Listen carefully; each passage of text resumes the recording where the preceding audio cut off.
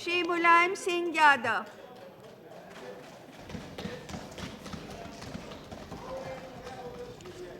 अध्यक्ष महोदय, आपको धन्यवाद तो नहीं दें हम, लेकिन जो अभी तक के भाषण हो रहा है कुछ अच्छे भी बोल रहे, ठीक है, लेकिन ये हम पूछना चाहते आने वाले वक्ताओं से भी, क्या इन आंकड़ों से, शिकागो से, एशिया से और से गरीब का पेट भरेगा? सिर्फ इतना है कि जो महंगाई है कैसे रुके और गरीबों का पेट कैसे भरे, इतना ही हम आपके सामने अपनी बात रखना चाहते, संक्षिप्त में, लंबा कोई भाषण नहीं। कि ये महंगाई है, आज़ादी के बाद सबसे ज़्यादा ये महंगाई बढ़ी है। इतनी महंगाई कभी नहीं बढ़ी, और वो भी महंगाई एक दो दिन में प्रतिदिन बढ़ रही है। इससे अंदाज़ा लगा सकते हैं कि पिछला सत्र, हम आंकड़े नहीं देंगे, पिछले सत्र में सरकार ने आश्वासन दिया था, अभी जो दिसंबर में ही ख़त्म हुआ है, तब महंगाई कितनी थी, आज महंगाई कितनी है, ये फैसला कर लेना है दोनों पक्ष के लोग। और नहीं तो प्रधानमंत्री बुला लें, आप बुला लीजिए, आखिर कोई रास्ता निकालना है कि नहीं निकालना है? रास्ता नहीं निकाला जा, होड़ लगी है आंकड़े कौन ज़्यादा देंगे। बुरा मत मानिए, ये इस तरह की बहस ज़्यादा नहीं है। जो भूखा है और आंकड़े देना ही है तो हम एक दो दे देंगे, उससे अंदाज़ा लगा लिए कि देश की हालत क्या है और इसके लिए क्या राय दी किसी ने। तो अब जो रोज़मर्रा के उपभोक्ताओं की चीज़ें हैं, मैंने बता दिया, रोज़ाना बढ़े, दिन प्रतिदिन, एक दिन में दो दिन में महंगाई बढ़ती चली जा रही है। जितनी घटाने की बात सरकार घोषणा करती है उतनी बढ़ जाती है, ये क्या बढ़े? और इसका सीधा है कि केंद्र की सरकार पूरी तरह से इस देश के उद्योगपति और पूंजीपतियों से मिली हुई है। और माननीय कृषि शरद पवार, मैं आपको सावधान करना चाहता हूँ, ये बड़ी चालाकी से पूरे देश में चला गया है कि महंगाई के लिए शरद पवार जिम्मेदार हैं। ऐसा बातों बना दिया, मैं बता रहा हूँ, इनकी जिला कमेटियों तक कांग्रेस पार्टी की वहाँ पर प्रचार है। इसे आपको कटघरे में खड़ा मिसाइए मत, आप कटघरे में ऐसे खड़े हो जाएंगे कि इसके इतिहास में लिखा जाएगा कि आपके ज़माने में सबसे ज़्यादा महंगाई बढ़ी, उसके लिए जिम्मेदार माननीय शरद पवार जी थे। ये बहस छिड़ी हुई है, ये बहस छिड़ रही सरकारी पक्ष, और आप चुपचाप एक पद भले मिल गया हो, कृषि मंत्री हो, ये बहुत बड़ी चीज़ नहीं है देश के लिए। कभी किसी प्रधानमंत्री और मंत्री का इतिहास नहीं रहता है काम, इतिहास उसका रहता है काम वो जनता के लिए कर्म करे, उसके लिए मिटने के लिए तैयार है, उसका इतिहास बना है। नाम नहीं लेना, चाहे चाहे गांधी जी हो, चाहे जयप्रकाश हो, चाहे लोहिया जी हो, कभी कोई भी ये पद पर नहीं रहे, लेकिन हिंदुस्तान के इतिहास, इनके इतिहास को नहीं मिटा सकता है। इसे मैं आपको सावधान करना चाहता हूँ और सच्चाई से करना चाहता हूँ, दिल से करना चाहता हूँ कि सारा आरोप आप पे जा रहा है, इसके लिए भी जवाब दीजिए और सही दीजिए। इसके लिए सरकार है पूरी जिम्मेदार, प्रधानमंत्री से लेकर जितने मंत्री हैं और चाहे जितने ये बैठे लोग, यही जिम्मेदार है महंगाई के लिए। आज जिम्मेदार न इधर है न उधर है, ये क्यों नहीं स्वीकार करते? सहयोग मांगिए, कहाँ है महंगाई, आप सहयोग दीजिए।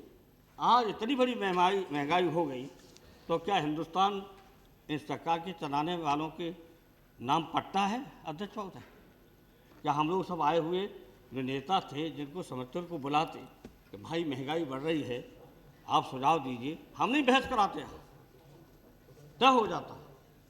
कभी बुलाया, इसके साथ आप ही बुला लेते, नहीं मानते आपकी बात तो रखते हम लोगों के सामने कि जैसी सरकार मार रही या कह रही सरकार मेरे बस में नहीं। इसलिए आज हम इतना ही कहना चाहते हैं कि ये पूरी की पूरी अगर नहीं मिले, इसका सबूत एक है कि चीनों के दामद केंद्र सरकार उद्योगपतियों से मिल रही है, मिलमालिकों से मिली है। इसका मैं एक ही उदाहरण देना चाहता हूँ, और सबसे बड़ा सबूत चीनी के दामों अभूतपूर्व वृद्धि। आखिर क्यों? आपको पता है गन्ना कहाँ ज़्यादा पैदा है, चीनी कहाँ ज़्यादा पैदा हो रही है, सबसे ज़्यादा आपको ज्ञान है। और आपने कहा भी, उस वक्त हम सरकार में वहाँ थे, आपने यहाँ भाग कर दिया भी था, वो मेरे पास है, लेकिन हम उसको बोलने की जरूरत नहीं। एक तब चीनी मिल मालिकों के 5 लाखों टन चीनी रखी हुई है, पर आपने निजी क्षेत्र की कंपनियों को विदेश से चीनी आयात करने के लिए आपने क्यों उनको अनुमति दी? ये मुझे जवाब मिलना चाहिए। चीनी भरी पड़ी है हर चीनी में। हम तो उत्तर प्रदेश में रहते हैं जहाँ सबसे ज़्यादा चीनी मिल, जहाँ सबसे ज़्यादा चीनी पैदा होती है। तो उपाध्यक्ष महोदय, चीनी भरी पड़ी है और निजी जो मालिक हैं उनके यहाँ, और उन्हीं को अनुमति दी जाती है चीनी बाहर से और आयात करने के लिए, जबकि हम लोग निर्यात भी कर सकते थे और निर्यात की गई चीनी हम निर्यात भी कर रहे और आयात भी कर रहे। ये सही बोला था। ये दोनों काम नहीं करना चाहिए। और दूसरा, आप अब अगर निजी कंपनियों से बाहर के 16 रुपया किलो चीनी अगर मंगाई जा रही है और आप चीनी मिल अपनी पूरे जितने मिल मान के उनको बाहर ला दीजिए और चीनी मिल एक हफ्ते के अंदर 50 रुपये 46 रुपये से घट के 25 रुपये हो जाएगी। मैं इस सदन की जिम्मेदारी के साथ कहता हूँ।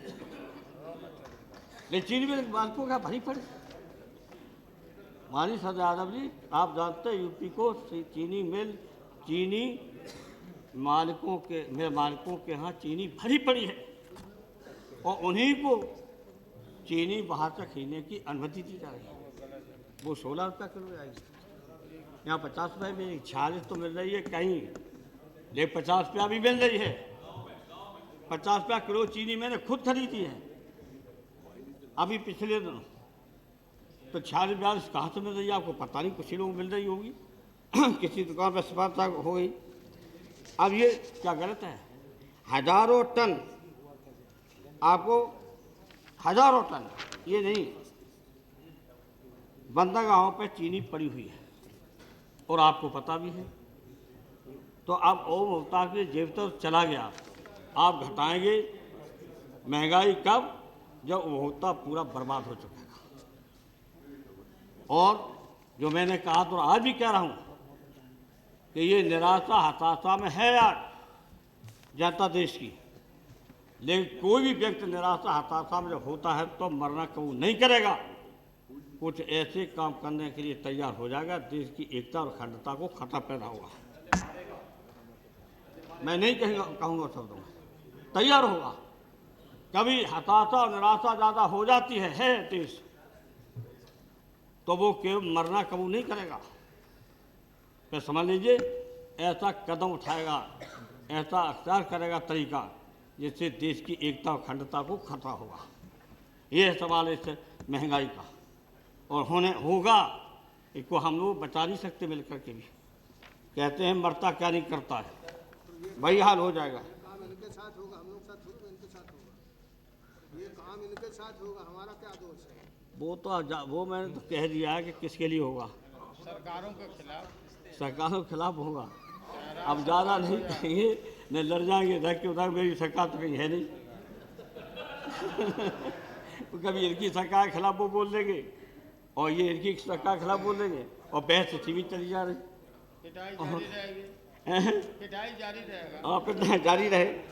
इसे हम आपसे कहना चाहते हैं कि जगह ये चीनी जो भरी पड़ी है वो चीनी को माननीय कृषि मंत्री जी और माननीय वित्त मंत्री, चीनी मिल मालिकों के भरी पड़ी है, चीनी बाहर निकालिए और बाहर निकाल के दिखा दीजिए।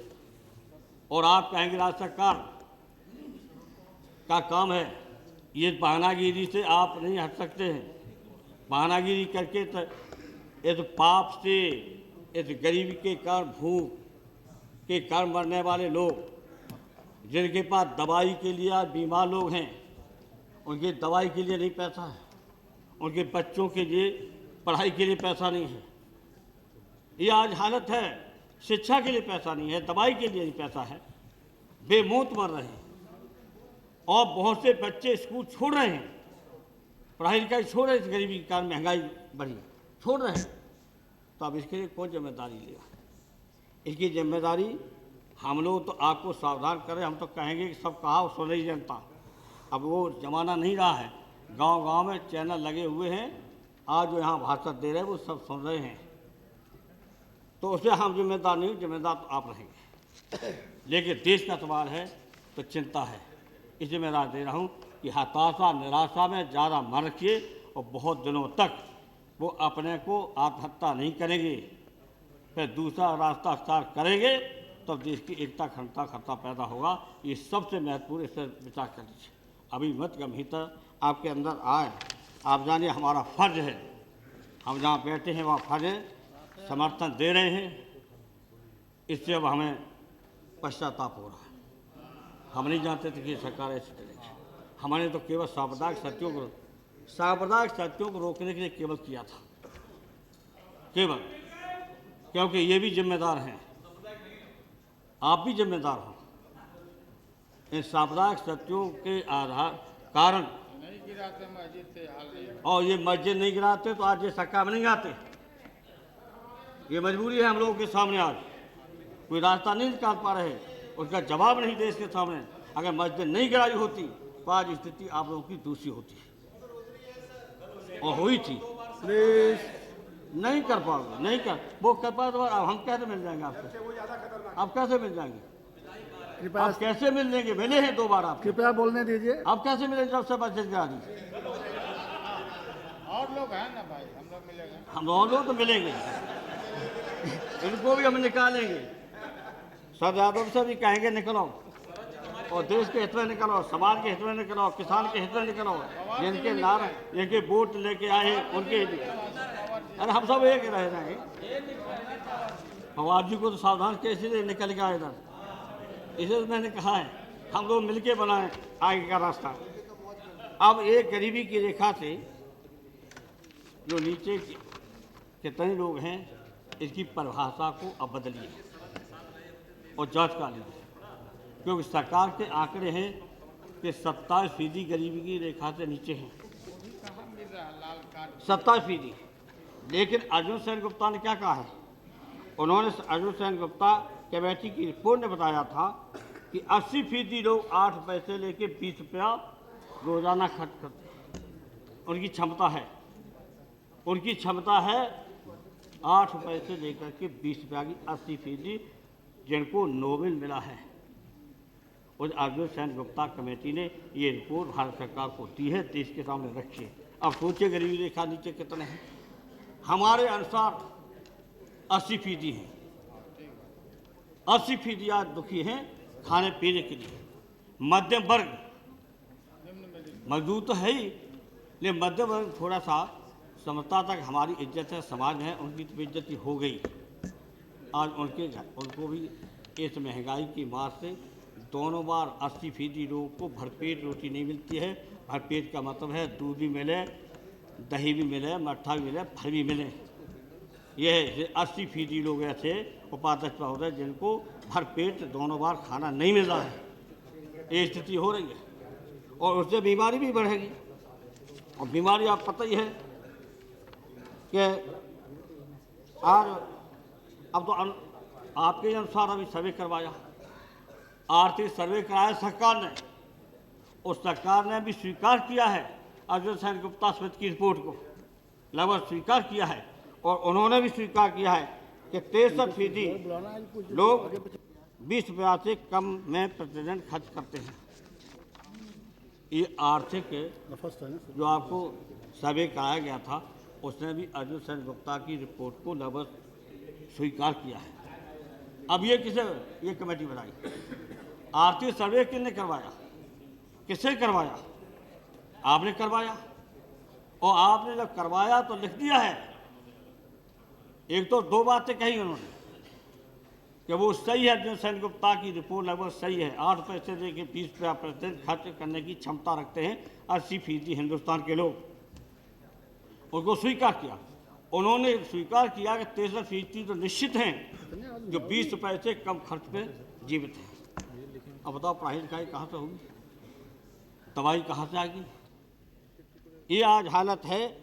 इसे हम ज़्यादा आंकड़े में नहीं पढ़ना चाहेंगे और अपने मित्रों से भी कहेंगे इधर शांति से सुनिए। आपने गंभीरता से, ये सही है कि नेता विरोधी ने अच्छा भाषण दिया, लेकिन आंकड़ेबाजी ज़्यादा कर दी। वो किसान नहीं समझता, न गरीब समझता, न भूखा समझता है।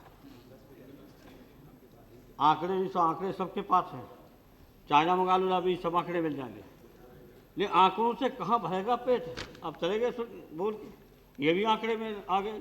आपने सुना दिया, तुम भी आंकड़े दो, आंकड़े दो, आंकड़े दो। सवाल है कि पैदावार कैसे बढ़े। 3% जमीन प्रतिवर्ष कम से कम है तो ज़्यादा।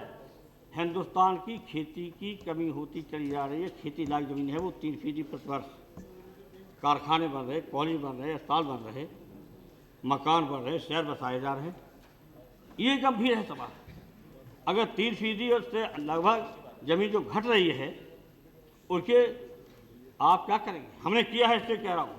हमने बनाई मजदूर सेना, किसान सेना, और किसान सेना से हमने ज़मीन 65,000 एकड़ ज़मीन खेती लायक उत्तर प्रदेश में की है और पैदावार उसमें करा के दिखा दी। और उसके लिए क्या किया था कि जब तक खेती लायक ज़मीन नहीं हो जाएगी तब तक पूरा खर्चा सरकार करेगी। पूरी मजदूरी, नाली, पानी का इंतज़ाम या बिजली से या नहर से जिससे पानी से इंतजाम हो सकता, ट्यूबवेल से हो सकता, उसके लिए इंतज़ाम किया और 65,000 एकड़ ज़मीन खेती लायक बनाई। उसमें तक कानपुर जिले के पास ही बता रहे, हरदोई जिले बता रहे हैं, आप जाइए कि भूमि सेना ने ज़मीन की और उसमें पैदावार हुई। और रिवाज कितना है हमारे यहाँ, कुआरी, चम्बे, जमुना, 3 को रिवाज कितने हैं। और अगर ये रिवाज को ही कम से कम बेहड़ को खेती लायक बनाया जा सकता है और तीनों नदियों में पानी है और पानी का इंतजाम किया जा सकता है, पैदावार बढ़ाई जा सकती है, लेकिन इधर बैठे किसान सरकार के और सरकार के लिए इन गरीबों को, भूखों के किसान के लिए कोई परवाह नहीं, परवाह नहीं। अब मजबूरी हो सकती है, हमने ये अनिवार्य नहीं है कि प्रधानमंत्री नहीं है, होना चाहिए था, लेकिन ऐसी बहस में प्रधानमंत्री को रहना चाहिए था। कांग्रेस को क्या मतलब है, देश देखे तो मतलब ही नहीं है। उधर टीवी घुमा के दिखा अब उपाध्यक्ष महोदय गंभीरता की बात कर रहे थे हम लोग, तो कम से कम बेंचेज में दिखाई तो दे रहे हैं। अब गिन लीजिए कितने लोग हैं। वो टीवी दिखा रहा है, और जब टीवी का नहीं, ये भी देखिए जो समर्थक दे रहे हैं उनकी संख्या और निकाल दीजिए, फिर गिन लीजिए कांग्रेस के लोग कितने हैं। लालू जी आपको भी गिन रहे हैं ऐसा 4-5 अगर सब समर्थन निकाल। टीवी दिखा रहा है तो पूरा टेलीविजन खाली है। और इस साल जो जमीन इधर तो हाउस बैठे हैं, बाकी मंत्री जी लोग बैठे हैं। और इस साल जो राजमंत्री खेती की पीछे हैं। पैदावार हुई है, उपाध्यक्ष महोदय, जो खेती की पैदावार हुई है ऋणात्मक है। वो कब पैदा हुआ है, लागत से कब पैदा हुआ, ऋणात्मक हुई है पैदावार। ये संसदीय कार्य मंत्री, वित्त मंत्री जी आप पे आकर होंगे, इस साल खेती की पैदावार ऋणात्मक हुई है, घाटा हुआ है खेती की पैदावार में, लागत ज़्यादा किसान को लगानी पड़ी और पैदावार कम हुई है। कृपया आप माफ करें। ये पेट कौन भरेगा। महंगाई को कोई रोक सकता है, सबसे ज़्यादा अगर भूमिका किसी की होगी तो किसान की, किसान की होगी। किसान पैदावार करेगा, उसकी कीमत ज़्यादा देनी, उसकी कीमत लाभकारी देनी पड़ेगी। और वो बाद में हम बता देंगे, एक ही काम कर दीजिए, महंगाई आपको 1 हफ्ते के अंदर कम हो जाएगी।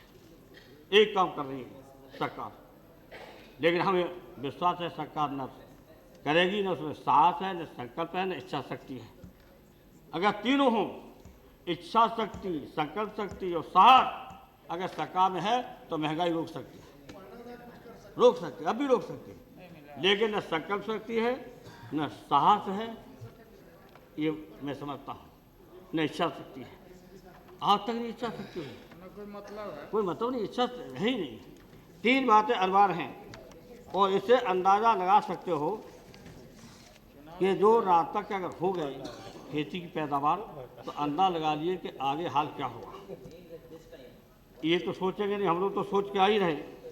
अब 80% लोग अधिकतम 20 रुपया प्रतिदिन जब खर्च कर सकते हैं और 100 किलो है, 100 रुपया किलो चीनी है, 90 बता वो क्या वो दाल 90 भी है, 100 भी है, और 20 रुपया रोज उसके खर्च करने की क्षमता है, तो दाल क्या है? गरीब के लिए सबसे पौष्टिक भोजन अरहर की दाल।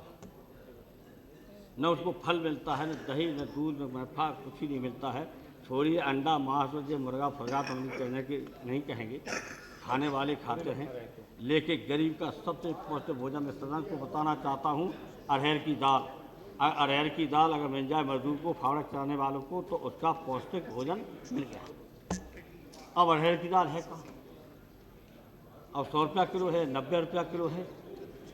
और फिर इसमें लूट किसकी हुई? 2 मारे गए, एक तो उपभोक्ता और एक किसान। किसान की अरहर खरीदी गई 25 रुपया किलो। कृपया समाप्त करें। क्या सर कहा? 25 रुपया किलो अरहर खरीदी, और दाल बनाने के लिए ज़्यादा से ज़्यादा 2 रुपया, मैं कह रहा हूँ 5 रुपया खर्च हुए, तो 30 रुपये में 1 किलो दाल तैयार हो गई, और बेची जा रही है 90 रुपये, 100 रुपये। कितना मुनाफा कराओगे इनको? हमारी नीति है समाजवादी पार्टी लगातार, और दाम बांधो नीति तो उधर किस्मती बोल रहे थे, इन आंकड़ों में नहीं जाऊंगा। दाम बांधो नीति नहीं समझते तो फिक्स कीमत कर लो। लागत खर्चा कारखाने में बनी हुई चीज, लागत खर्चा निकाल के जोड़े से ज़्यादा मुनाफा कमाने की इजाज़त नहीं दी जाए, इसमें सख्ती बरतनी पड़ेगी। तब मैंने कहा साहस और संकल्प और इच्छा शक्ति तीनों होना पड़ेगा, और महंगाई बढ़ जाएगी। लेकिन ये तीनों इसका काबिल नहीं, न साहस है, न संकल्प शक्ति है, न इच्छा शक्ति है। 3 में एक भी नहीं है। सीधा एक उपाय है, न 4 उपाय है, न 3 उपाय है, न 2 उपाय। एक उपाय है कि कारखाने की बनी हुई चीज़ को लागत खर्चा जिसका हुआ निकाल के और जोड़ा मुनाफा न कमाने पाए। बताओ आज भाव क्या है? जब 25 रुपया किलो अरहर खरीदी, कृपया समाप्त करें। क्या सर हो गया समझ? हैं? अरे थोड़ा सा बोलेंगे, अच्छा शॉर्ट में ही बोले, बिल्कुल शॉर्ट में बोलेंगे। लेकिन हम बता रहे कि जब अब छोड़िए 80% आज एक बार भर पेट पूरी तरह से खाना नहीं खा पा रहे हैं, ये देश को बताना चाहते, यहाँ के लोगों को बताना चाहते। देश तो समझता है। दुर्भाग्य देश का है कि खिलाने वाला तो है किसान और मजदूर, और जिंदा रहने के लिए संघर्ष कर रहा है। और तभी मैंने कहा था कि इलाज न कर पाने के लिए आप कितने भी आंकड़े दें, कितने भी आंकड़े दें, आंकड़ों से नहीं होगा। आंकड़े ने ऐसा आज सदर को, जो सर यादव जी को धन्यवाद देते हैं कि कम से कम खड़े होकर ये कहिए अपने पक्ष के लोग कि शांत रहिए। लेकिन इधर से एक भी नहीं कहा, इन मंत्रियों में एक खड़े होकर नहीं कहा कि आप शांत रहिए, एक ने भी नहीं कहा। कम से कम आपने अच्छा किया कि गंभीरता से दीजिए, और गंभीरता से दीजिए कि जो मैं बार बार दोहराना चाहता हूँ, यह स्थिति रही तो फिर वो निकलेगी। अब आप ये करेंगे गोदामों भर जाए चीनी मिल मालिकों को भरी रहे चीनी, और गेहूँ भरा रहे गोदामों में, और सड़क पे लोग भूखों मरते रहे, इसको बर्दाश्त नहीं किया जाएगा बहुत दिनों तक। ये सोचना पड़ेगा, सोचना नहीं करना पड़ेगा। इसके लिए सरकार करे, अधिकारियों को जो हुक्म होगा सरकार का करेगा। केवल अधिकारियों को दोष देना, ये कह देना फला राज्य है, फला राज्य जिम्मेदार है आज है दिल्ली की सरकार की नीतियाँ। अगर राज्य सरकार ऐसा काम करे तो सरकार की नीति क्या है? सरकार की क्या है? सरकार की, राज्य सरकार की हैसियत क्या है? हम लोग सोते रहे 78-79 में, सोते रहे, सवेरे हमें पता ही नहीं चला, हम जगे तो पता चला हमारी सरकार बर्खास्त मिनिस्टर तक पहुंचे, गाड़ी चली गई, चपरासी चले गए सब। मुलायम सिंह जी कृपया समाप्त करें, काफी हो गया समय। अरे आपका। 5 मिनट दे दो सर, 5 मिनट दे दीजिए।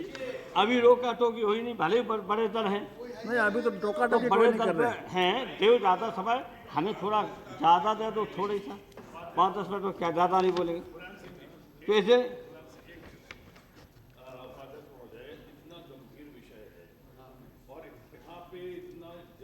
से जुड़ा हुआ मुद्दा है और इसकी जिम्मेदारी या जवाबदेही जिनसे मांगी जा रही है उनमें से एक भी आदमी या नहीं के बराबर लोग लीडर ऑफ द हाउस बैठे हैं ना। एक सर मैं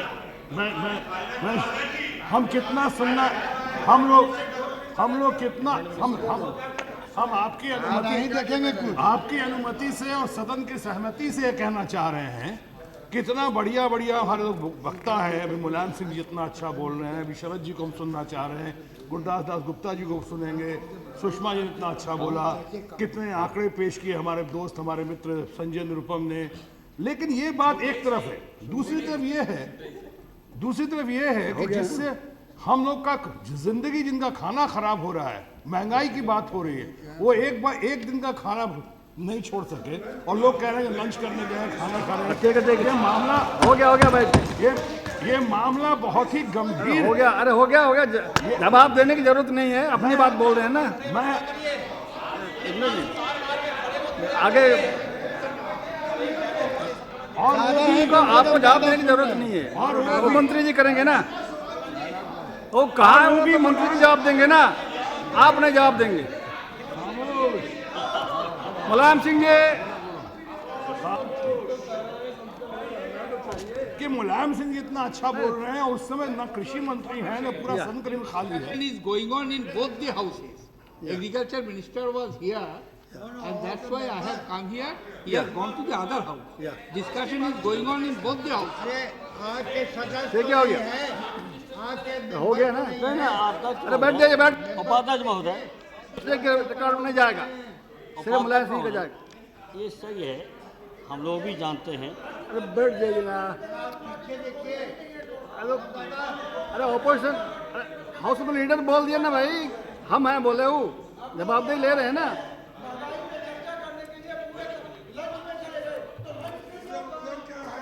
रिकॉर्ड में नहीं जाएगा, ये सब रिकॉर्ड में नहीं जाएगा, सब कोई नहीं जाएगा, बाकी कोई चीज़ रिकॉर्ड में नहीं जाएगा, सिर्फ मुलायम सिंह का जाएगा। अरे और किसी का रिकॉर्ड में नहीं जाएगा, सिर्फ मुलायम सिंह का जाएगा।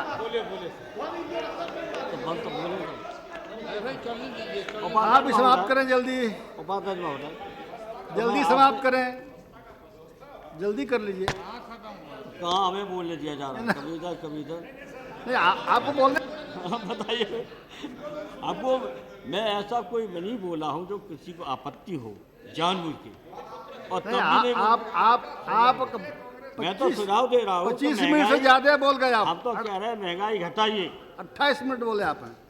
28 कहाँ से हो गए? हाँ, जो यहाँ घड़ी है, और ये सब यहाँ घड़ी है। आप ऐसे ही करेंगे उपाध्यक्ष महोदय आप। नहीं। लेकिन ये जो बीच में आए तो 10-15 मिनट यही ले गए, हमारे निकाल दी उतने समय।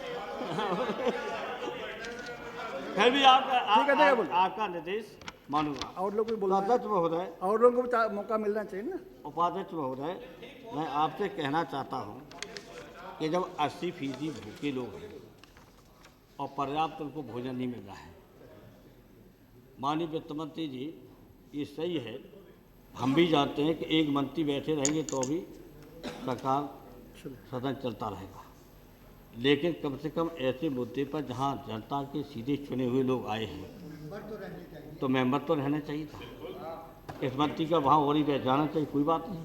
प्रधानमंत्री 10 मिनट के लिए आ जाते, प्रधानमंत्री अगर विदेश गए तो कोई बात नहीं, और विदेश जाते तो ऐसे भी नहीं जाना चाहिए। अगर 10 मिनट 15 मिनट भी हम लोग को सुन लेते तो हम तो ये जवाब आपसे जानना चाहेंगे एक कि महंगाई कब तक और कितनी घटा दोगे। एक बात कहते हैं अपने भाषण, जो देना चाहे भाषण, चाहे वित्त मंत्री दे, चाहे कृषि मंत्री दे, या कोई दे, आज ये सदन में ऐलान होना चाहिए कि इतने दिन में इतनी महंगाई हम घटा देंगे, तो तुम है नहीं आना चाहिए। और वरना क्या है उपाध्यक्ष महोदय, अब सार्वजनिक वितरण प्रणाली जो असफल है पूरी तरह से, और ये तो उपभोक्ताओं को खातादार जितना मिलना चाहिए था वो भ्रष्टाचार में चला गया। ये सब कहते हैं ना नरेगा कहाँ है? नरेगा बता दो, मानिक जगदम्बिका के पास नरेगा बता दो, हमारे साथ ले चलो, नरेगा कहीं है? बैठ जाइए, बैठ जाइए, भ्रष्टाचार में चल गया, बैठ जाइए। अब नरेगा का सुन लीजिए भाई, अरे हम जाने की अरे कृपया बैठ जाइए, इन्हें बोलने दीजिए, नरेगा का मैं बता रहा हूँ। चलेंगे कोई अरे भी। वो अपनी बात बोल रहे हैं ना, और वित्त मंत्री नियुक्त कर दिए तो हम अरे वो साथ अपनी चलेंगे। बात बोल रहे हैं, बैठ जाइए ना, नरेगा कहाँ गया? बाद में जवाब दीजिएगा। नरेगा का ये हो रहा है कि 100 रुपया मिल रहा रोज, तो एक ठेकेदार लेता है 50 का, मैं ऐसे लिख दूंगा कि काम हो गया, और वो कहते घर बैठे 50, कृपया शांत रहें। तो मजदूर सोचता है 50 रुपया हमें बिना काम किए मिल रहे, बिना काम के मिल रहे, और ठेकेदार 50%। अरे आप बैठ जाइए, बैठ जाइए, जवाब देंगे ना। कहाँ है नरेगा? अब जब आपको मौका मिलेगा जवाब दीजिएगा। कृपया जवाब मत दीजिए, जब आपको मौका मिलेगा तो जवाब दीजिएगा। हम कौन सी कृपया बैठ जाइए, बैठ जाइए। उपाध्यक्ष महोदय, हम कौन सी ऐसी बात कह रहे हैं जिससे इनको बुरा लग रहा है? हम कौन सी बात कह रहे हैं? हम दे रहे हैं जानकारी, और आपको जानकारी है मानी जगदम्बिका पाल जी, नरेगा में मजदूरों को बिना काम के 50 रुपया दे देते हैं, वो संतोष होते काम नहीं करना पड़ा, और 50 रुपया ले लेता है ठेकेदार, और उसमें लेते कुछ, और नरेगा बता रहे, और उसी में से कुछ लेते हैं अधिकारी। ये मिलके नरेगा का भ्रष्टाचार में चल गया पूरा का पूरा पूरा। और कोई बता दे सदन में नरेगा का कितना जिले में काम हुआ, हम उसके साथ चलने को तैयार है, दिखा दे। मशीन काम कर रहा है हाथ के। हम कृपया कृपया बैठ जाइए, अरे उनका रिकॉर्ड बनाया जाएगा। और यही कृपया बैठ जाइए। बस हो गया। हाँ, अरे आप बैठ जाइए ना, कहाँ हल्ला कर रहे हैं भैया? मैं भी जा रहा हूँ सभा में। अरे आप लोग बैठ जाइए, और आप यही लोग तो हाल बैठिए है। कम से कम, बैठ जाइए, बैठ जाइए। किस पर चर्चा करिए? अरे बैठ जाइए, बोल मुलायम सिंह के अलावा किसी का रिकॉर्ड बनाया जाएगा। बैठ जाइए, अब आप टांग गिर रहे घड़ी से। कृपया बैठ जाइए। आपस में टोका टोकी नहीं, आपस में टोका टोकी नहीं, बैठ जाइए। अब उपाध्यक्ष महोदय, मेरी समझ ये नहीं आता इनके खिलाफ मैंने क्या बोल दिया। बैठ जाइए, बैठ गए ना, अब बैठ गए भाई। उपाध्यक्ष महोदय, मेरी ये समझ में नहीं आता है कि मैंने पहली बार सदन नहीं, मैं बताऊंगा नहीं कितने बार सदन में वहाँ रहे और कितने यहाँ रहे, ये मेरी समझ नहीं आता मैंने कौन सी ऐसी बात कह दी इनको बुरा लगा, ये कोई बता दे। इनके खिलाफ क्या बोल दिया है? सुझाव दे रहे इनको, तब भी खड़े दिखा रहे देश को कि मैं खड़ा था, मतलब ये दिखा रहे देश को, और अपना चेहरा दिखा रहे, अपने प्रिय लोगों को चेहरा दिखा रहे, यही है। बताओ क्या मतलब है? कोई हम खराब नहीं। अरे बैठ जाइए, जवाब मत दीजिए, बैठिए, बैठ जाइए, और उपभोक्ताओं को बैठ खाद्य जाइए। पदार्थ जो बैठ जाइए। अरे कृपया बैठ जाइए, उपभोक्ताओं जवाब को- मत दीजिए, उपाध्यक्ष तो बोलने महोदय, दीजिए। ये नहीं मानेंगे, इनकी तो आदत जानता हूँ। माननीय उपाध्यक्ष महोदय, तो आप लोग की आपस की बात है ना, खाद्य प्रदेश की बात। पदार्थ जो है वो भी पूरा का पूरा भ्रष्टाचार में चल गया है, पूरा का पूरा। नहीं, स्थिति तो होती नहीं, इतनी बहस कराने की जरूरत नहीं पड़ती। अगर इतना सस्ता तो कानून ठीक तरह से चलती, वेतन प्रणाली सही होती, तो इसके तो जिम्मेदार है सरकार की हैसियत जानते कितनी है राज्य सरकार को। कलेक्टर बैठा ये, वो है लेखपाल पटवारी। लेखपाल पटवारी की हैसियत क्या है कलेक्टर के सामने? कि तो कलेक्टर तो है दिल्ली की सरकार, राज्य सरकार तो लेखपाल और पटवारी। लेखपाल पटवारी के कलेक्टर के सामने हैसियत क्या है? जो आप कहते हैं राज्य सरकार है, राज्य सरकार है, राज्य सरकार जिम्मेदार नहीं है, केंद्र सरकार जिम्मेदार है पूरी तरह से। वरना बताइए किसी सरकार मुख्यमंत्री के खिलाफ क्या कार्रवाई की आपने? क्यों नहीं कर सकते हो? जब बच्चे गरीब वो बच्चे पढ़ नहीं सकते। कृपया समाप्त करें। जैसे उपाध्यक्ष 2-3 मिनट और हैं, तो हमने हमेशा एक राय दी, हमेशा। अब नहीं समझ में आता तो हमसे पे पढ़ लीजिए, क्या करें। माननीय वित्त मंत्री जी, आप बहुत पढ़े लिखे, समझदार, अनुभव सब कुछ है, और आपको पता है कि दामबाद हो नीति हम लोगों ने, समाजवादियों ने हमेशा नारा दिया और हमेशा कहा कि कारखाने की बनी हुई चीज़ लागत खर्चे से जोड़े से ज़्यादा मुनाफा मत कमाने दो, जोड़े तक कमा लो। चाहे सरिया हो, चाहे सीमेंट हो, चाहे लोहा हो, चाहे चीनी बनाते हो, कुछ ही कोई सामान बनाते हो, कारखाने की बनी हुई चीज़ कारखानेदार मालिक को जोड़े मुनाफा कमा लेने दो। अगर 30 रुपये की लागत है, 100 रुपये की लागत है, तो 150 रुपया कमा ले। लेकिन 100 रुपये की लागत को 1000 रुपये में बेचेगा, 1500 रुपये में बेचेगा, इसकी इजाज़त कौन दे रहा है? और जब राज्य सरकारों पर मैं नहीं कर सकता हूँ, हैं जिम्मेदार हैं, लेकिन राज्य सरकार के खिलाफ क्या की कार्रवाई आपने बता दो। जब यहाँ आरोप लगा रहे हो तो राज्य सरकारों के खिलाफ कार्रवाई क्या की? मैं दोहराना चाहता हूँ, राज्य सरकारों की हैसियत कोई नहीं दिल्ली की सरकार के सामने। हमारी सरकार 3.5 साल चली, रोज बर्खास्त की जा रही थी, रोज मीटिंगें होती थी इस सरकार में। फिर कुछ ऐसे थे लोग उस मंत्रिमंडल में जो तैयार नहीं होते थे, ऐसा मत कीजिए। मुलायम सिंह सरकार बर्खास्त करो, दूसरे प्रधानमंत्री थे तब भी और ये प्रधानमंत्री थे तब भी। लेफ्ट बचाता। रोजाना बर्खास्त कैसे की जाए, और हम रोज सुनते थे, पर हम तो सोते थे बर्खास्त कर दो, बर्खास्त करोगे, कर दी होती तो जनता ने आपको बर्खास्त कर दिया होता, हमें घाटा हुआ। अगर सरकार बर्खास्त कर दी होती तो मैं विश्वास दिलाता हूँ पाठक महोदय, तो इनको आज जनता बर्खास्त कर दी थी। नहीं, आप समर्थन नहीं देते तो भी नहीं आप बुरा हाल होता देश का। अगला नाम ये मैं पहले ही स्वीकार कर चुका श्री हूं। दारा सिंह चौहान जी। और अध्यक्ष उपाध्यक्ष बस एक बार रहेगी, बस एक बार।